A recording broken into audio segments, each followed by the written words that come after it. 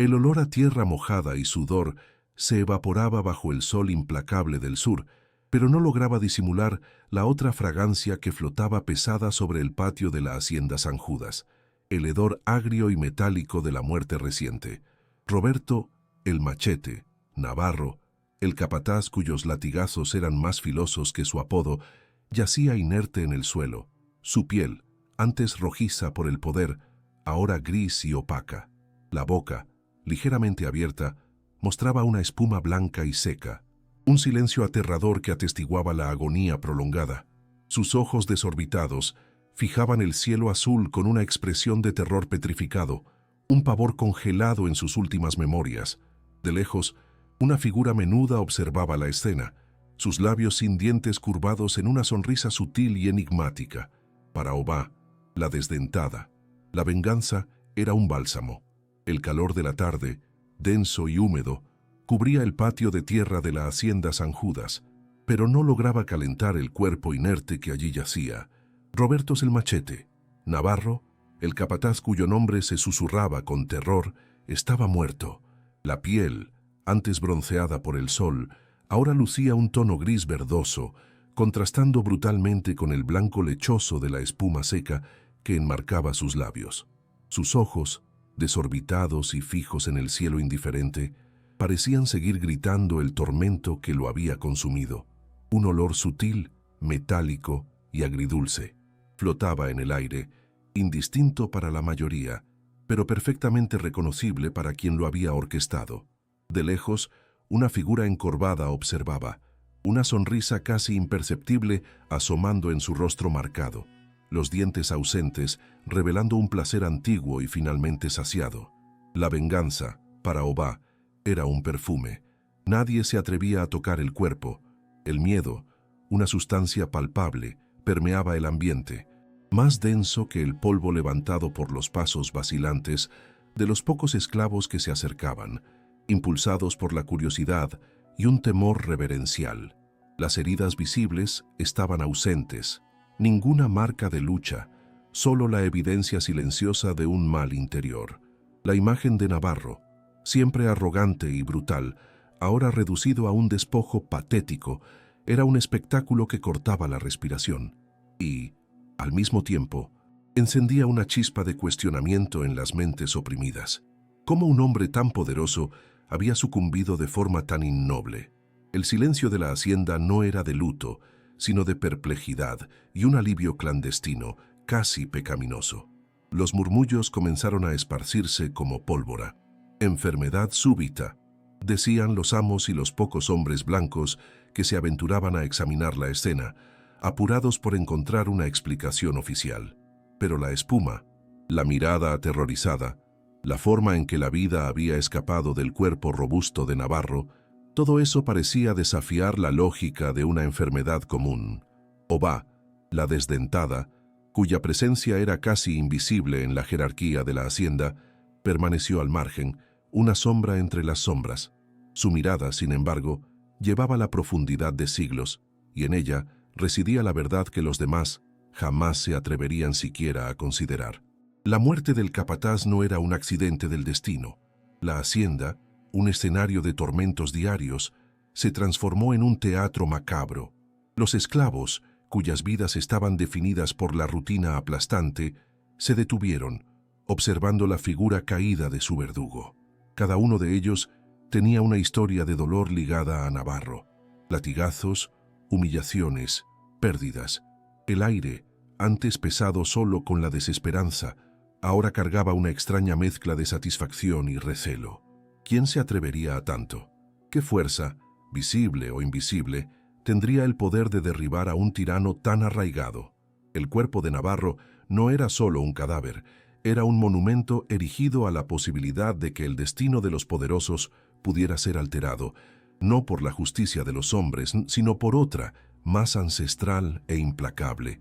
Los primeros rayos de sol de aquella mañana habían revelado un espectáculo grotesco. El patio de la hacienda San Judas, un lugar donde la vida era extraída de hombres y de la tierra, ahora mostraba el cuerpo sin vida del hombre que extraía esa vida con más vehemencia.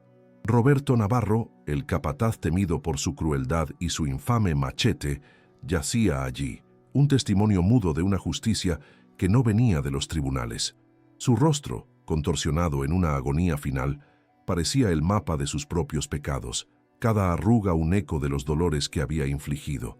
¿Quién podría imaginar que la muerte se vestiría de una enfermedad tan común y al mismo tiempo tan singularmente cruel? La noticia de la muerte del capataz se esparció como un murmullo furtivo entre los barracones vecinos y por los campos de tabaco, llevada por el viento y por los ojos atentos de quienes trabajaban bajo el sol. No era una noticia que generara lamentos, sino una ola de silencio aprensivo y, para muchos, un brillo de esperanza cautelosa. Para los amos, era un enigma irritante, un problema inesperado que desafiaba sus certezas sobre el orden y el control. Para los esclavos, era la prueba de que existía una fuerza mayor, un poder invisible capaz de corregir los desmanes, aunque de forma misteriosa y terrible. La balanza de la justicia, aquella mañana, se había inclinado hacia un lado inesperado. El patio, con el paso de las horas, se convirtió en un punto de convergencia para curiosos y oficiales de la hacienda, que intentaban, en vano, descifrar el misterio. La ausencia de heridas externas complicaba la narrativa de una agresión, favoreciendo la tesis de un mal natural. Sin embargo, el olor peculiar, la rigidez precoz del cuerpo, los signos de una lucha interna, todo eso sugería una verdad más sombría, un tipo de transgresión que desafiaba las explicaciones de la medicina de la época. Pero, ¿qué tormento pudo haber impulsado a una esclava anciana y sin dientes, aparentemente frágil, a orquestar una muerte tan brutal y singular, capaz de sacudir los cimientos del poder colonial? Para verdaderamente desentrañar la trama que culminó en el destino funesto del capataz, es imperativo que retrocedamos en el tiempo, no solo días o semanas, sino décadas, hasta el año de 1785. En aquel período distante, la mujer que sería conocida como Elara, la sabia silenciosa, era una joven cautiva, cuya alma aún no había sido completamente consumida por las llamas de la injusticia. Ella vivía en la inmensidad de una plantación de tabaco en el interior de Bahía, un microuniverso donde la vida de cada esclavo se medía en latigazos y el futuro parecía una sentencia inmutable.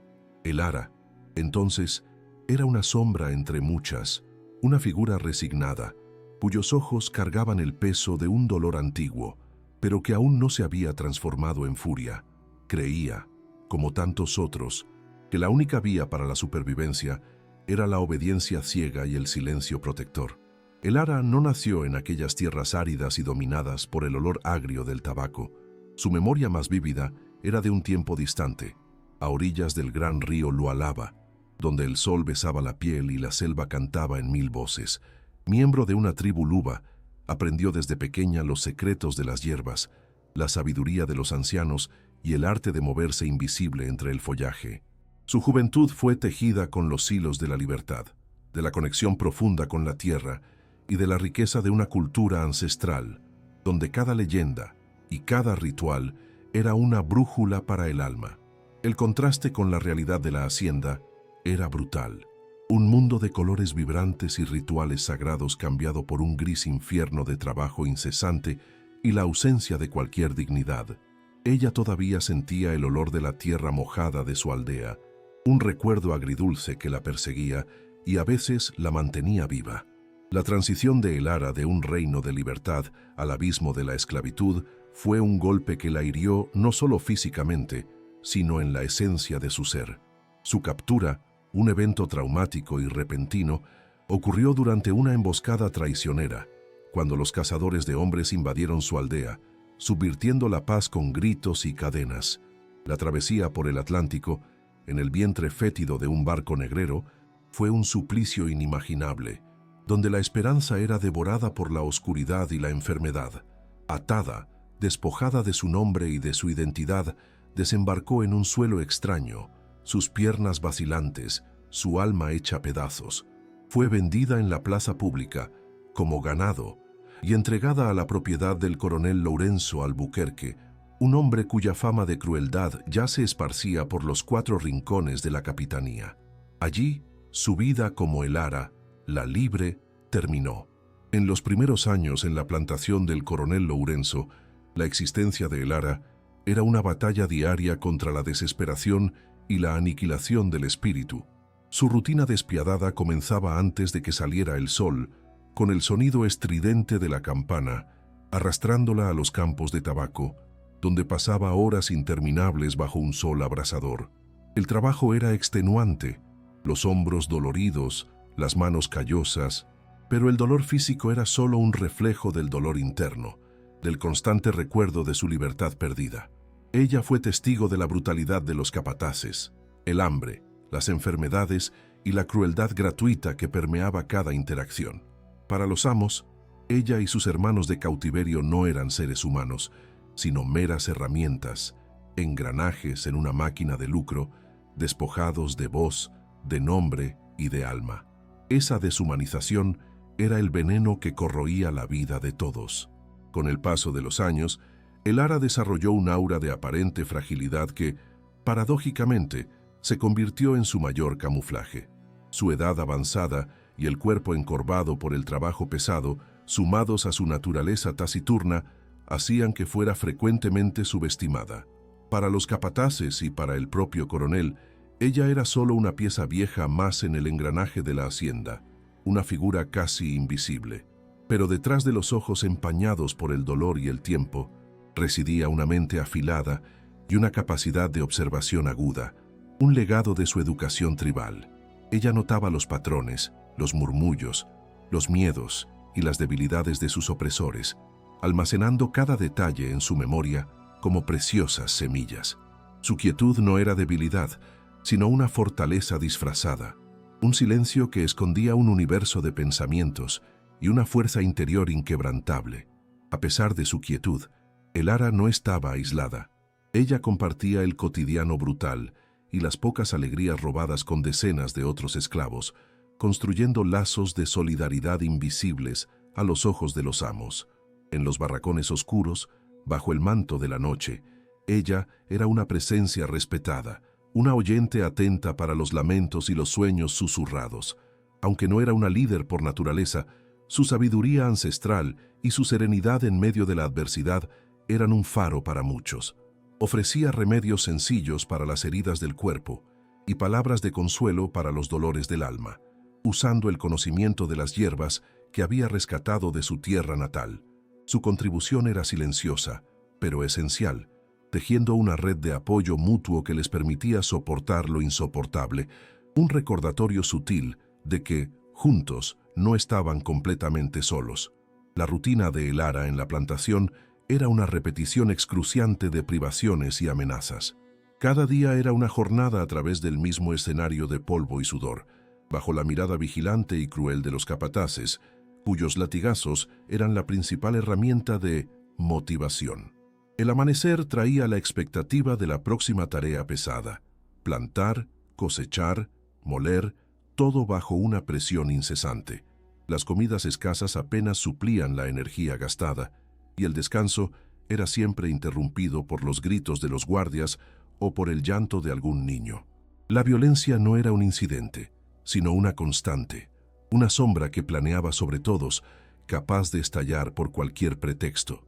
Elara observaba, memorizaba, registraba cada gesto de crueldad, cada injusticia, nutriendo en su interior una llama que se negaba a apagarse, una llama que esperaba el momento justo para manifestarse en todo su potencial destructivo.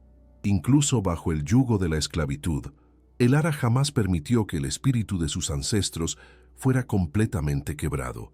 En las raras horas de reposo, lejos de los ojos inquisidores, ella practicaba pequeños rituales olvidados, entonaba cánticos silenciosos que resonaban desde su tierra natal y cuidaba de un pequeño huerto de hierbas medicinales escondido, un fragmento de su antigua vida que había logrado preservar. Estos actos de resistencia silenciosa eran su forma de nutrir la esperanza y de mantener viva la llama de su identidad. Su mente, aunque forzada a someterse, permanecía libre para viajar por las memorias, para planear y para soñar con una justicia que parecía imposible. Esa resiliencia, esa capacidad de mantener un jardín secreto en el alma, era la prueba de que la esclavitud podía aprisionar el cuerpo, pero jamás la esencia de aquellos que se negaban a ser meros objetos. Ella era la prueba viva de eso. La plantación de tabaco, en aquel período, exhibía una superficie engañosa de orden y productividad. Los campos se extendían vastos y verdes, los trabajos proseguían con la monotonía de un reloj roto, y la autoridad de los amos parecía inquebrantable. El ara, como siempre, se movía entre las hileras de plantas, su figura encorvada, su semblante ilegible para quien no supiera leer entre líneas. El sol poniente teñía el cielo de tonos anaranjados y púrpura, un espectáculo de belleza que contrastaba brutalmente con la dura realidad del suelo. Era un día como tantos otros, aparentemente pacífico, el presagio de una noche sin estrellas que se aproximaba. Sin embargo, bajo esa fina capa de normalidad, una tensión palpable crecía, una tormenta silenciosa gestada en el alma de Elara, lista para explotar y desintegrar la falsa tranquilidad que planeaba sobre la plantación. La ilusión de normalidad estaba a punto de ser hecha añicos de forma irreversible. El último brillo del atardecer se había desvanecido, dando paso a una noche pesada, con un silencio opresor, un silencio distinto de la habitual serenidad del campo. Elara, terminada su parca comida, se preparaba para recogerse en su lecho, su cuerpo dolorido, su espíritu exhausto, pero inquebrantable. Fue entonces, en medio de los sonidos amortiguados de los barracones, una tos, un crujido de paja, una oración susurrada que un grito agudo rasgó la noche. No era un grito de dolor por un latigazo, que era común, sino un sonido de puro terror, crudo y desesperado, que apretó el corazón de Elara en un nudo gélido. Era la voz de Lío, un niño apenas de 7 años, uno de los pocos destellos puros de inocencia que quedaban en aquella tierra maldita, un niño que le hacía recordar al hermano que había perdido.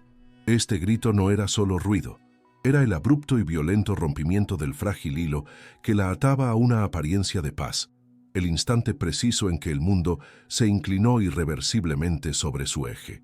El sonido, increíblemente fino y agudo, fue seguido por una risa escalofriante, inconfundiblemente la del hijo del amo, Octavio, un hombre cuya crueldad era un deporte, una herencia distorsionada pasada por generaciones. La respiración de Elara se le atascó en la garganta. Sus músculos tensos, un escalofrío de pavor la recorrió. Ella sabía que Lío había sido atrapado jugando cerca del jardín de rosas prohibido, una infracción trivial que, en manos de Octavio, podía escalar a proporciones monstruosas. Un instinto primario, feroz y protector, surgió dentro de ella. Se movió, no en dirección al grito, sino hacia el débil brillo de la casa grande, atraída por un imán invisible y horrible. Sus pies descalzos se movían silenciosamente sobre la tierra húmeda, cada paso un testimonio del conflicto que se libraba dentro de ella, el impulso de huir, de esconderse, en guerra con una atracción innegable a presenciar. El aire nocturno, antes quieto, ahora parecía cargado de un horror inminente, una tensión palpable. Alcanzando un punto de observación detrás de un denso matorral de adelfas, Elara espió a través de las hojas. La escena que se desarrollaba en el patio apenas iluminado de la casa principal se grabó en su memoria, un cuadro de barbarie que ella jamás borraría. Octavio, con el rostro enrojecido de vino y malicia, estaba sobre Lío, quien yacía caído en el suelo, sollozando incontrolablemente. Las pequeñas manos del niño estaban atadas y un látigo, brillando ominosamente, incluso en la débil luz de la lámpara de aceite, yacía desechado cerca.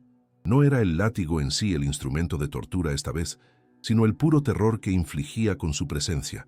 Alrededor de ellos, varios de los más crueles capataces de Octavio, sus rostros contorsionados en sonrisas de burla, cómplices en el espectáculo sádico. Elara podía sentir el gusto amargo del polvo de la impotencia, un compañero familiar en su vida de cautiverio. Octavio pateó el cuerpo inerte de Lío, un gesto casual y brutal que le sacó otro gemido de dolor al niño. Luego se agachó, no para ofrecer consuelo, sino para presionar un cigarro prendido contra la piel delicada del muchacho, una quemadura lenta y agonizante. El olor a carne quemada, dulce y nauseabundo, le llegó a Elara, un hedor que se le quedaría grabado para siempre en la nariz. Sus puños se cerraron, las uñas clavándose en sus palmas hasta que sintió la punzada. Cada instinto le gritaba que interviniera, que protegiera al niño inocente, pero los años de adoctrinamiento, la amenaza siempre latente de un destino peor, la mantenían cautiva en su puesto de observación silencioso. Su cuerpo temblaba, un terremoto silencioso por dentro, mientras ella observaba, incapaz de moverse, incapaz de respirar. El aire se sentía denso, asfixiándola con su peso opresor de injusticia y crueldad.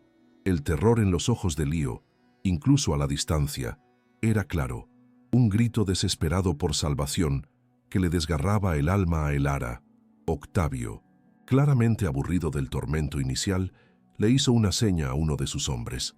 El capataz, un brutamontes conocido por su fuerza salvaje, agarró a Lío por el brazo, arrastrándolo hacia el pozo de piedra en el centro del patio. Las piernitas del niño pataleaban inútilmente contra el suelo áspero, sus gritos convirtiéndose en sollozos ahogados. El corazón de Elara martilleaba contra sus costillas, un latido frenético de peligro inminente. Ella sabía lo que venía, un acto indecible de depravación que Octavio usaba a menudo para pequeñas transgresiones.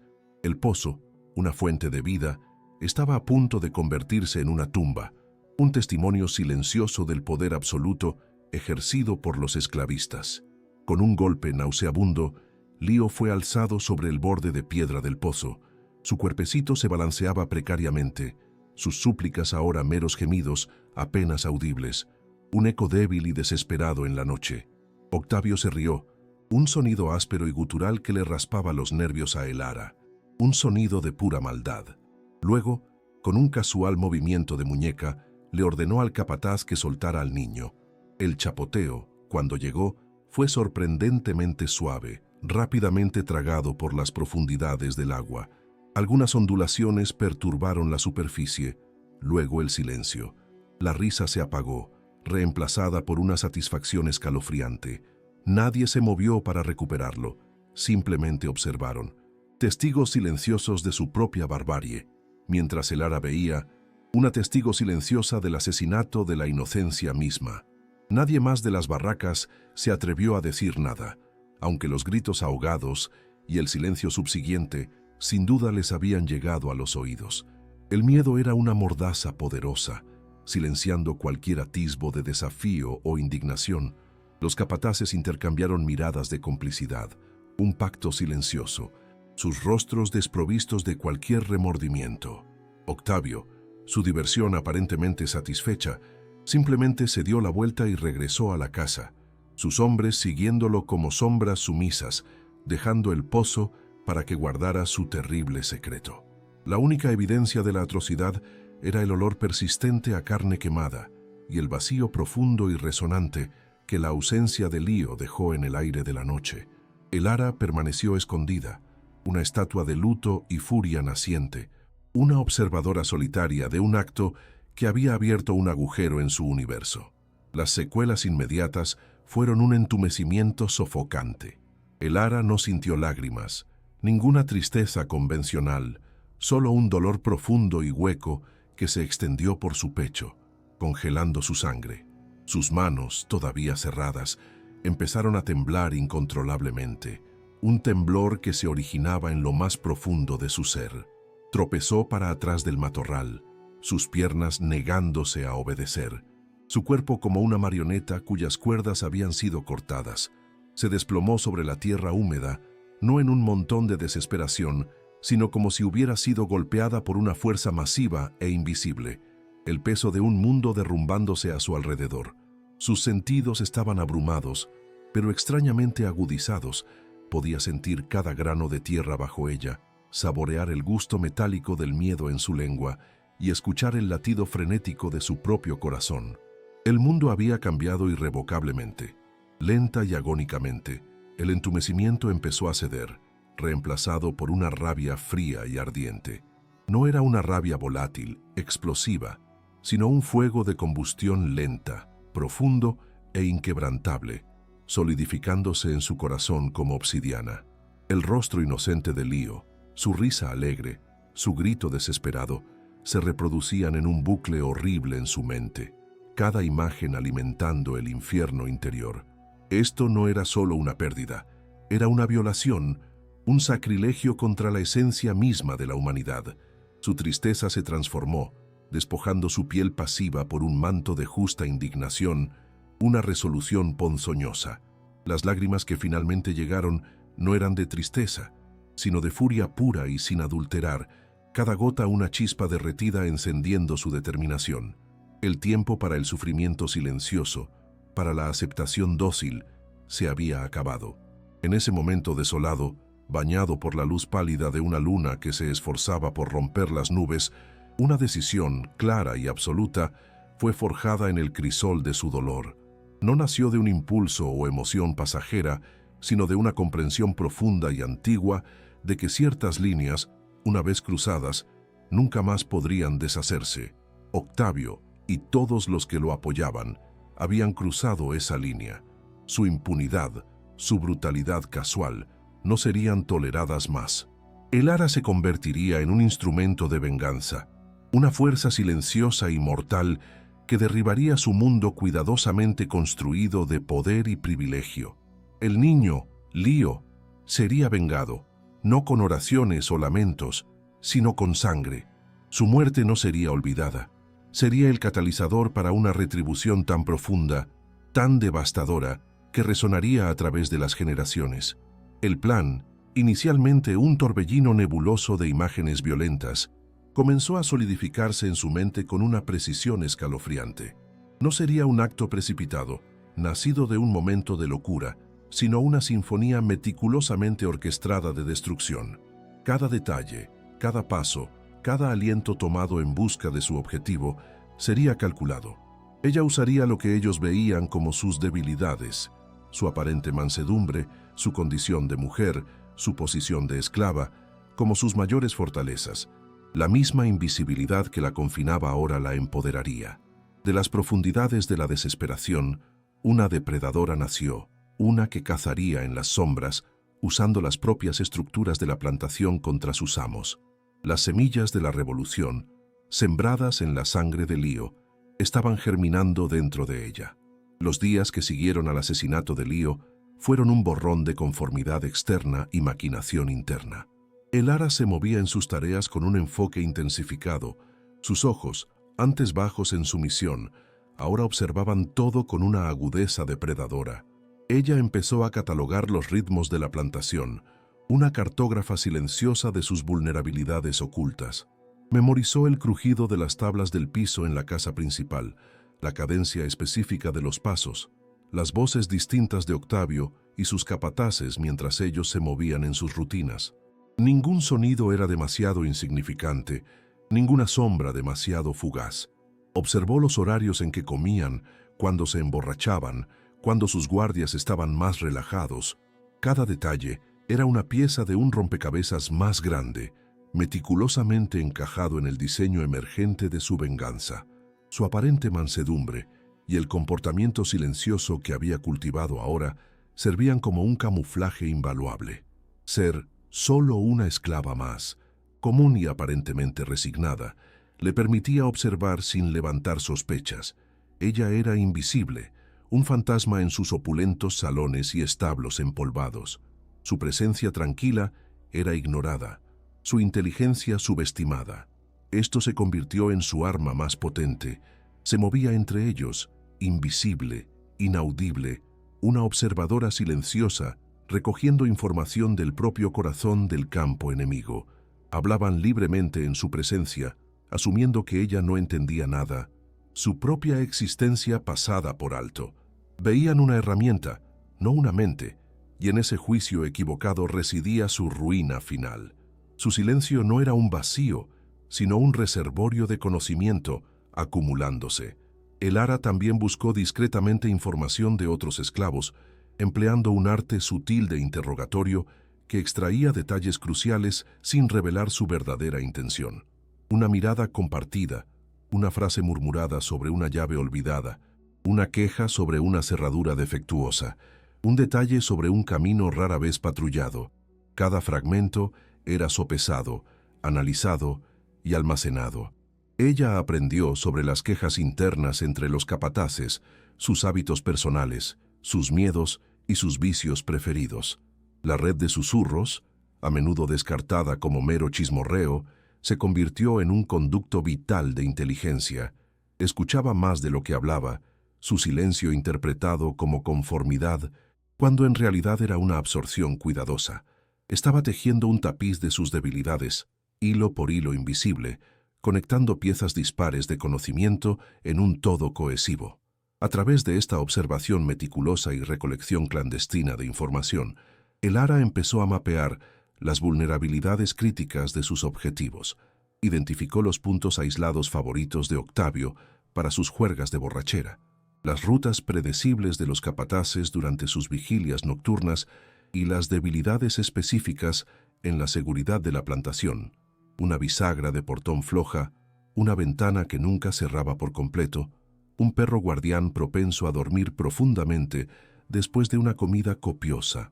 Sabía cuáles sirvientes estaban descontentos, cuáles esclavos guardaban resentimientos silenciosos y cuáles rincones de la propiedad estaban verdaderamente abandonados por ojos vigilantes. Su mente, afilada y enfocada, estaba construyendo un perfil psicológico y físico de sus adversarios, trazando cada línea de falla en su fortaleza de poder aparentemente impenetrable. Con la inteligencia meticulosamente reunida, Elara inició la ardua tarea de preparación física y mental. Cada momento libre, robado del breve descanso de la noche o de los rincones escondidos del bosque, lo dedicaba a transformar su cuerpo en un instrumento de intención precisa y mortal. Practicaba movimientos silenciosos como una sombra deslizándose por la maleza, aprendiendo a navegar por el terreno irregular sin hacer ruido. Probó su equilibrio, su agilidad, su resistencia, forzando sus límites físicos sutilmente, sin atraer atención indebida.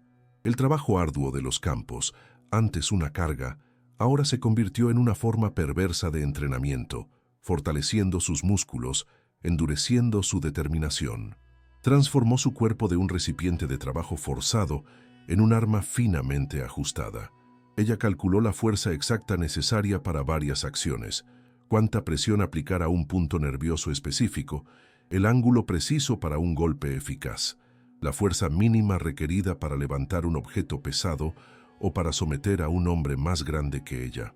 Experimentó con el peso y el equilibrio de armas improvisadas, discerniendo qué materiales alrededor de la plantación podrían ser reutilizados para su sombría tarea. Su mente se convirtió en un registro meticuloso de física y cinética, transformando conceptos abstractos en aplicaciones prácticas. Cada balanceo de una herramienta, cada paso dado, cada carga transportada, se convirtió en una oportunidad para refinar su comprensión de fuerza y apalancamiento. No era fuerza bruta lo que buscaba, sino una aplicación inteligente de poder. En secreto, Elara empezó a recolectar y preparar sus herramientas. Afiló pedazos de metal descartados, transformándolos en cuchillas rudimentarias pero eficaces. Del bosque, recogió hierbas y plantas conocidas por sus potentes propiedades, moliéndolas y mezclándolas cuidadosamente en venenos o sedantes. Estudió el entorno natural, aprendiendo a crear trampas simples pero efectivas que explotaban el terreno y los movimientos predecibles de sus objetivos.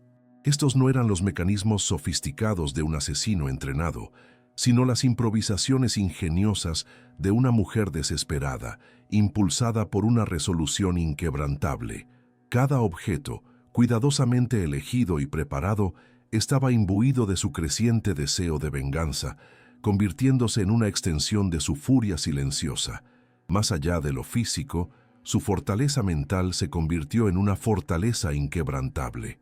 Visualizó repetidamente la ejecución de su plan, ensayando cada paso en su mente, anticipando todas las posibles contingencias. Probó sus propios métodos, practicando con pequeños animales, aprendiendo la rapidez y la precisión necesarias para una muerte limpia y silenciosa.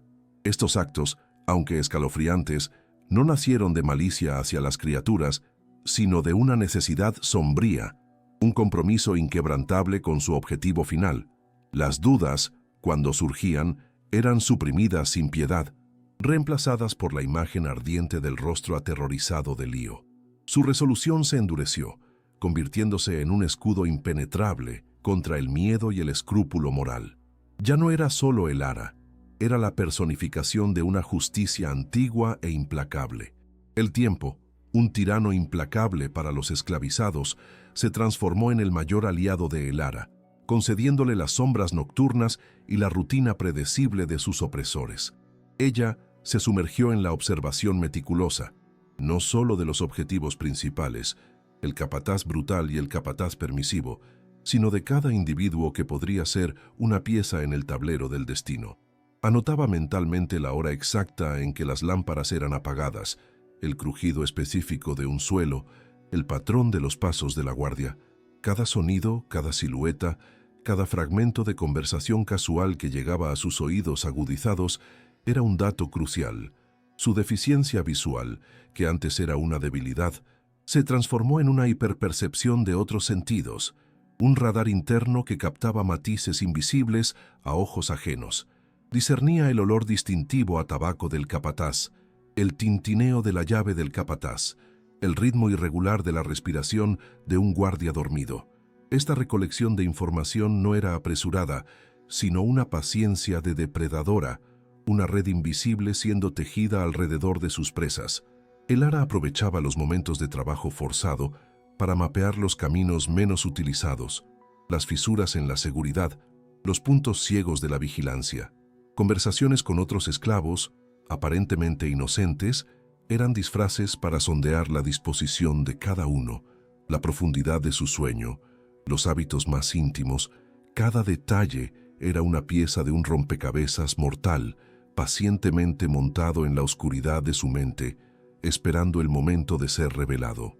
Cada atardecer, cuando la hacienda se sumergía en la aparente tranquilidad, la mente de Elara bullía.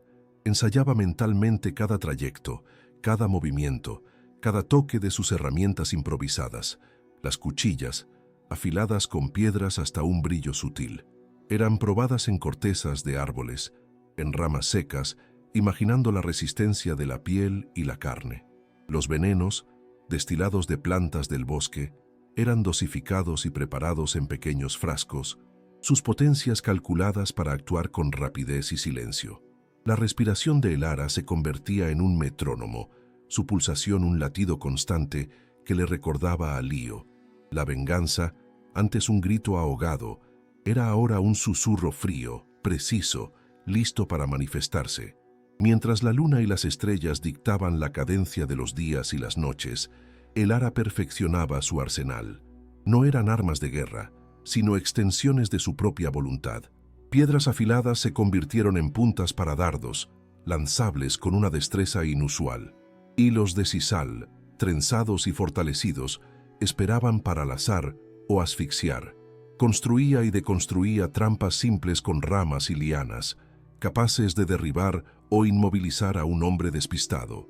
Cada objeto, probado y reprobado, era un fragmento de la rabia de Elara, pulido por la necesidad y el desespero. No buscaba una lucha justa, sino una ejecución inevitable, un ajuste de cuentas unilateral donde la balanza se inclinaría del lado de la memoria de Lío. En lo más profundo de la oscuridad, Elara forjó no solo las herramientas de su venganza, sino también la frialdad de un ejecutor. Practicaba el silencio absoluto, moviéndose como una sombra imperceptible, con pasos tan ligeros que ni las hojas secas bajo sus pies delatarían su presencia. Su respiración era controlada. Sus latidos, antes un tambor de desesperación, ahora marcaban el ritmo como un reloj. En su mente, cada acto era un ritual, cada víctima un sacrificio inevitable en el altar de su dolor. No se permitía debilidades ni remordimientos, solo la imagen persistente de Lío, que lo impulsaba, transformando cada fibra de su ser en un instrumento de su cruel pero justa misión. La hacienda, para Elara, dejó de ser un lugar de sufrimiento y humillación para convertirse en un mapa complejo, un laberinto donde conocía cada atajo, cada obstáculo. Memorizó la disposición de los cobertizos, la distancia entre los barracones y la casa principal, la ubicación de las rendijas en la cerca perimetral. Conocía los hábitos de los perros guardianes, los caminos que evitaban, los momentos en que sus ladridos eran más o menos fuertes.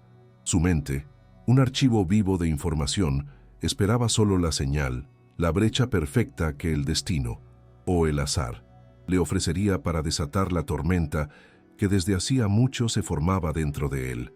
Así que la oportunidad llegó, como un eco sombrío de sus oraciones silenciosas. Un rumor se corrió entre los esclavos. El amo se iría a la ciudad vecina por 2 días, llevándose consigo a algunos hombres y parte de la guardia para una transacción de tierras. La hacienda quedaría bajo la responsabilidad del mayordomo, acompañado solo por el capataz y una guardia reducida, que solía bajar la guardia en ausencia del amo.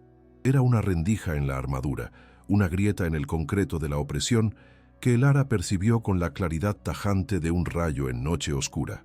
La ausencia de la figura principal, la desorganización temporal, era el escenario perfecto para su venganza. El plan, antes una idea vaga de justicia, se cristalizó en cada detalle. El Ara visualizó al mayordomo y al capataz ebrios, las celebraciones anticipadas por la partida del amo, el silencio que seguiría a la embriaguez. La noche de la partida del amo fue la elegida. La confusión inicial sería la cobertura perfecta. No actuaría inmediatamente después de la partida, sino que esperaría hasta la medianoche, cuando el sueño profundo se apoderaría de ellos y el alcohol nublaría aún más los sentidos de sus objetivos. Cada segundo de esa espera sería una tortura y un combustible para su determinación. En las horas previas a la partida del amo, el Ara hizo sus últimos preparativos. Escondió sus herramientas improvisadas en puntos estratégicos, calculando cada movimiento necesario para recuperarlas sin ser detectado. Las hierbas sedantes fueron maceradas, su aroma dulzón prometiendo un sueño que nunca terminaría. Repasó cada paso del plan, imaginando las voces, los gritos, los intentos de resistencia. No había espacio para errores.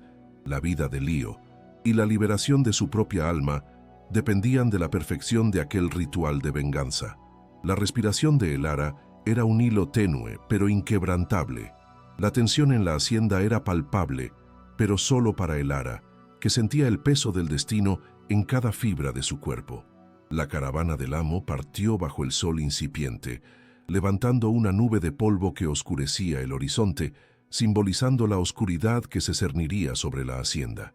El Ara observó un espectro silencioso entre los demás esclavos, mientras el mayordomo y el capataz se regocijaban con la libertad recién adquirida, sin saber que la sombra de la muerte ya se cernía sobre ellos. El plan estaba en marcha, y la noche traería la cosecha de la crueldad sembrada por años. Pero la ilusión de normalidad estaba a punto de ser hecha añicos de forma irreversible. La noche cayó como un manto pesado sobre la hacienda, densa y sin estrellas, un escenario perfecto para la oscuridad que el Ara cargaba. El aire estaba pesado con la promesa de una tormenta. Los olores de la tierra húmeda y del humo de las fogatas se mezclaban, creando una atmósfera opresora. El Ara se movió de los barracones con una lentitud deliberada, cada paso medido, cada músculo tenso pero controlado. Ya no era el esclavo encorvado por el trabajo, sino un espectro determinado, una fuerza irrefrenable de la naturaleza. Sus sentidos, agudizados por la práctica, captaban cada sonido distante, cada suspiro del viento, cada crujido de la madera de la casa principal. El estado mental de el Ara era de una claridad helada. La rabia primordial que lo impulsaba se había transformado en un enfoque cortante, desprovisto de emoción superflua.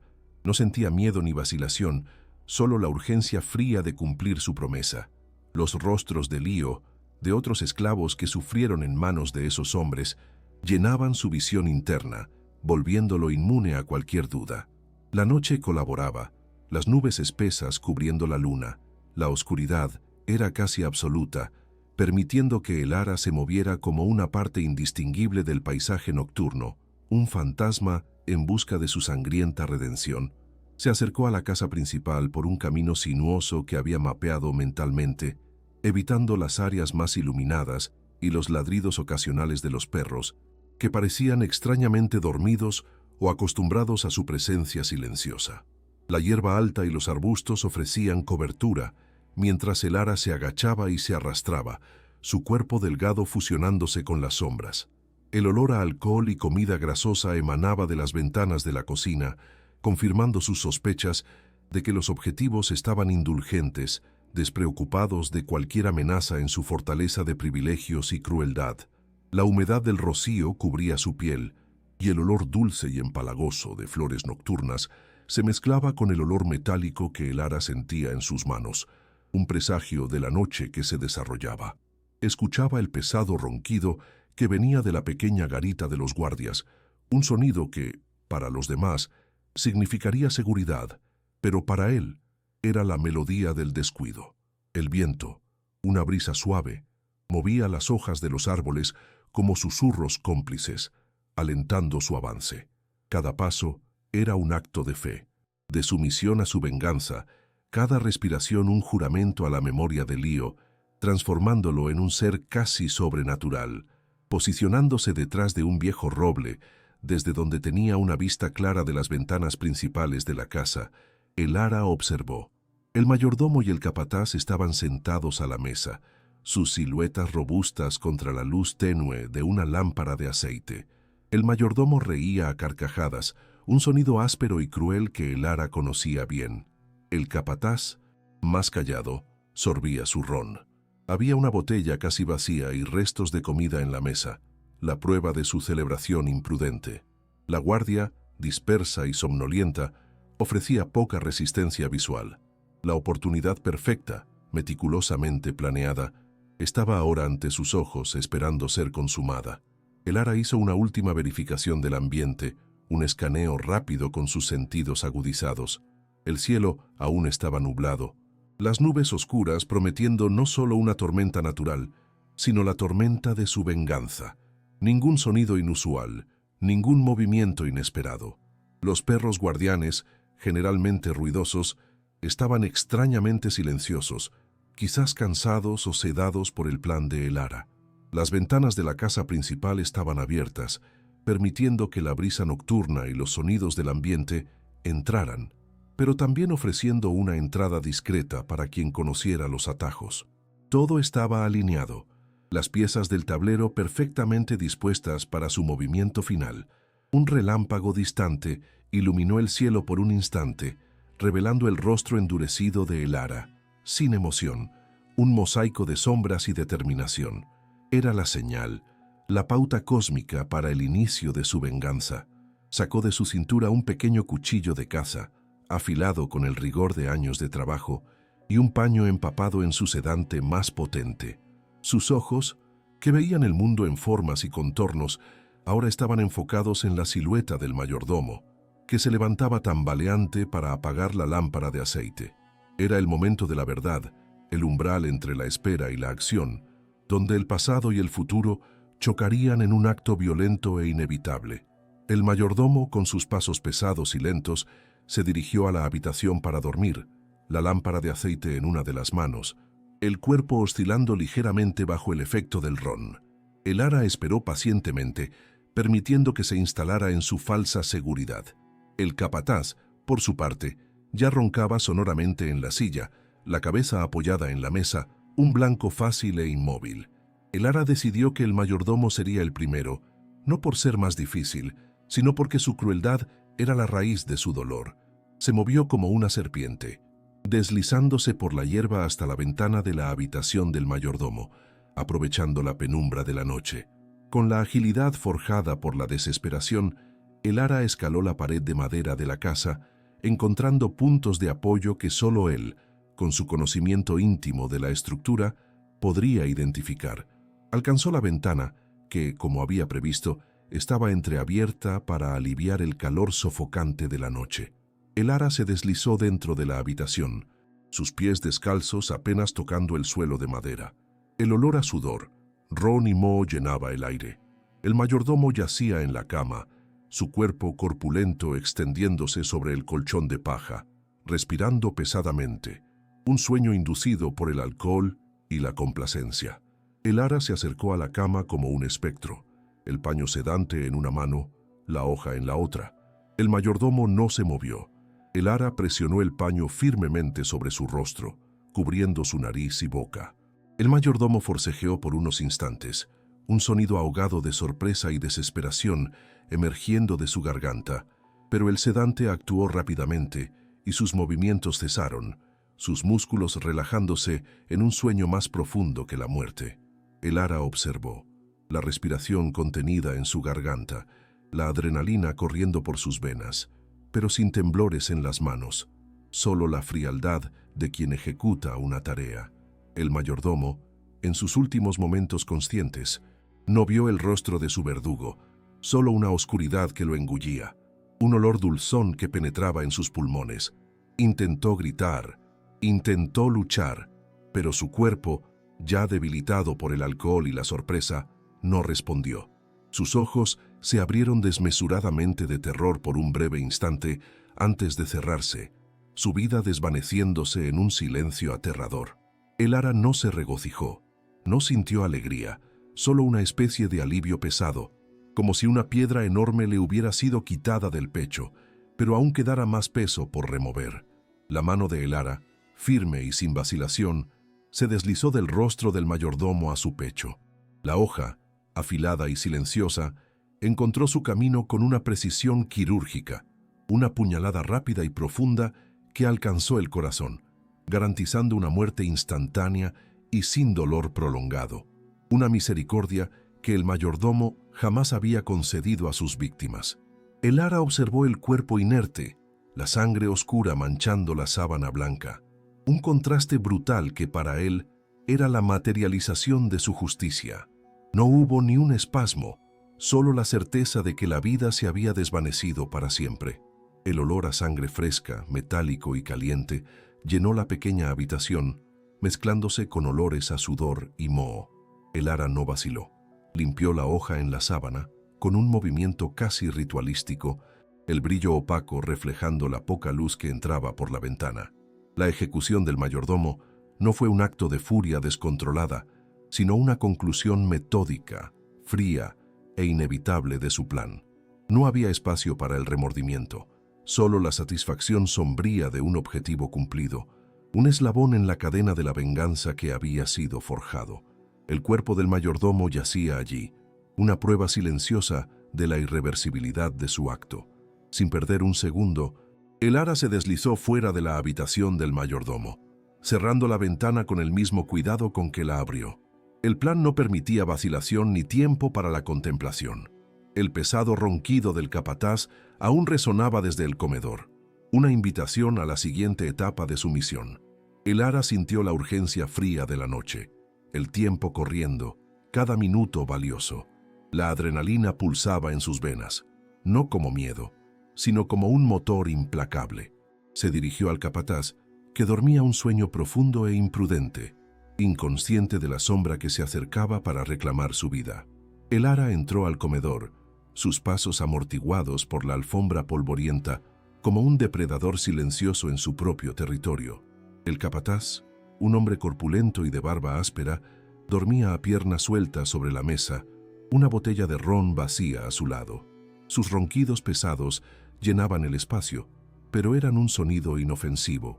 Incapaz de advertirle la muerte que se le venía encima, el ara observó la vulnerabilidad, la confianza excesiva de quien se sentía intocable, y una sonrisa fría casi se le formó en los labios. El cuchillo en su mano, ya limpio de la sangre del otro capataz, ahora parecía una extensión natural de su brazo. La venganza de el ara no distinguía entre la crueldad activa y la complicidad pasiva. Ambos eran eslabones en la cadena de su dolor. Con la precisión de un cirujano, el ara se acercó, el cuerpo del capataz en el ángulo perfecto. La hoja brilló, reflejando un rayo de luna que se colaba por una rendija en las cortinas pesadas. Sin dudar, el ara asestó el golpe, rápido y certero, en la yugular expuesta. Un sonido burbujeante y ahogado escapó de los labios del capataz. Sus ojos se abrieron de terror repentino antes de que el sueño y la borrachera se disiparan por completo. El cuerpo convulsionó brevemente, tirando la botella de ron, que rodó silenciosamente por el suelo sin hacer el ruido suficiente para alertar a nadie.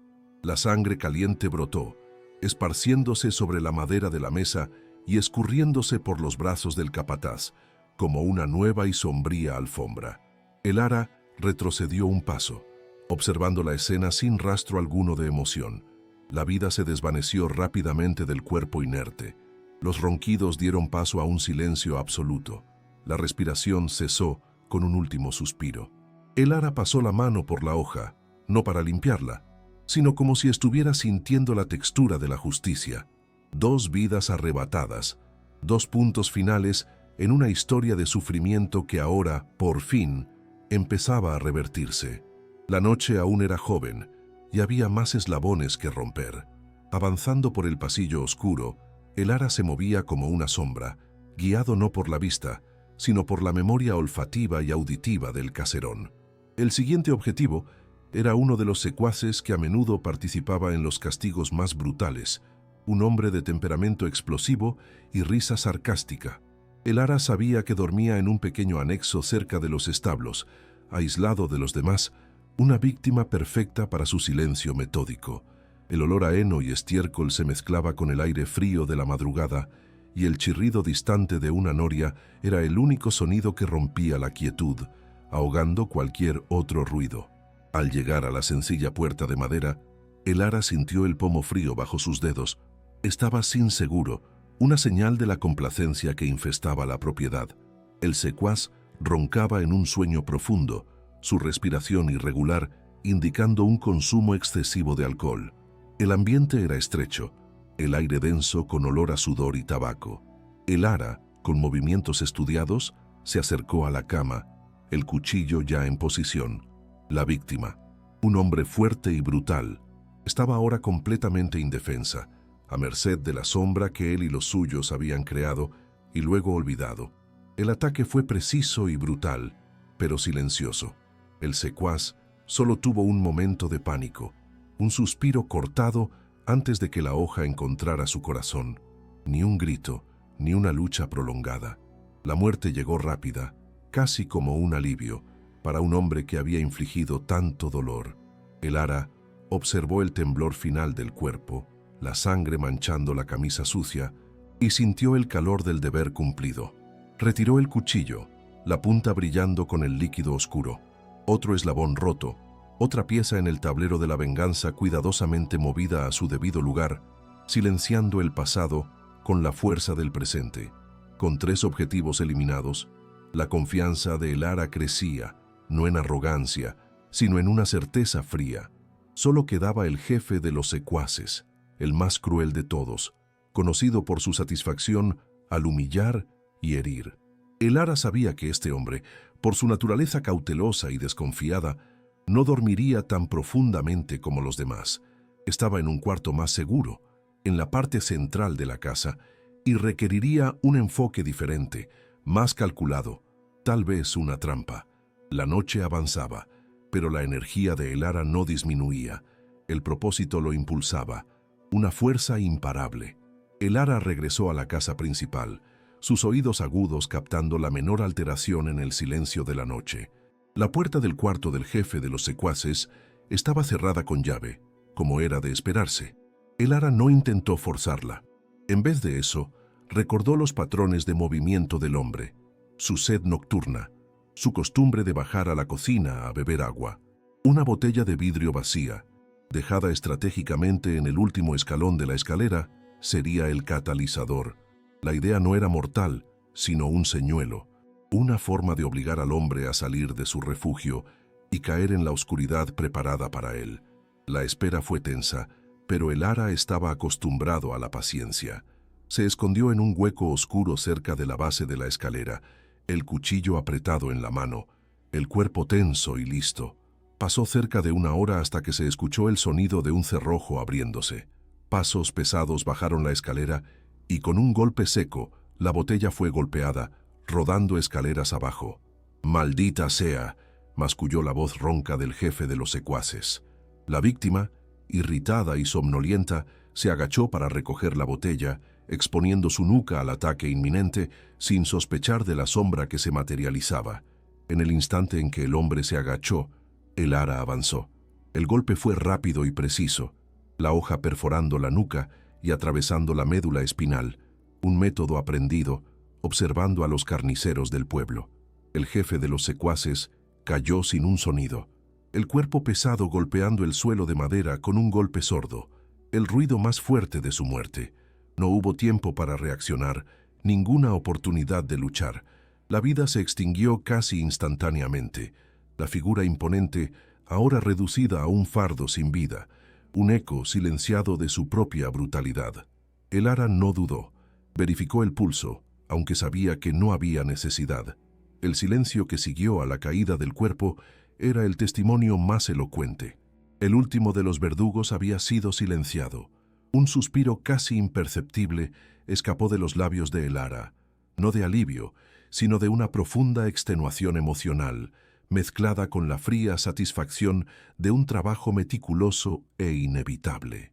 La venganza, que parecía una carga insoportable, se volvía ahora un líquido frío y resbaladizo, una sensación visceral de término, de ciclos que se cerraban irreversiblemente. Con la eliminación del jefe de los secuaces, la casa se sumergió en un silencio pesado e irreal, un silencio que clamaba por justicia y ahora la encontraba. El ara se movió entre los cuerpos, observando a cada uno con una calma perturbadora. No había un triunfo exultante, solo la fría constatación de que la deuda había sido pagada, y la balanza, por fin, estaba equilibrada. Se detuvo a observar los rostros inertes, antaño llenos de desprecio y crueldad, ahora vacíos, como cáscaras. La visión no trajo alegría, sino una extraña sensación de paz, un luto silencioso por la inocencia perdida. La noche aún envolvía la hacienda en su manto oscuro, pero la tarea principal de el ara estaba completa. Los principales opresores yacían muertos, testigos silenciosos de la transformación de un esclavo en un verdugo. La venganza de el ara no era solo un acto de violencia, sino un rito de paso, una declaración de que la resignación tenía su límite.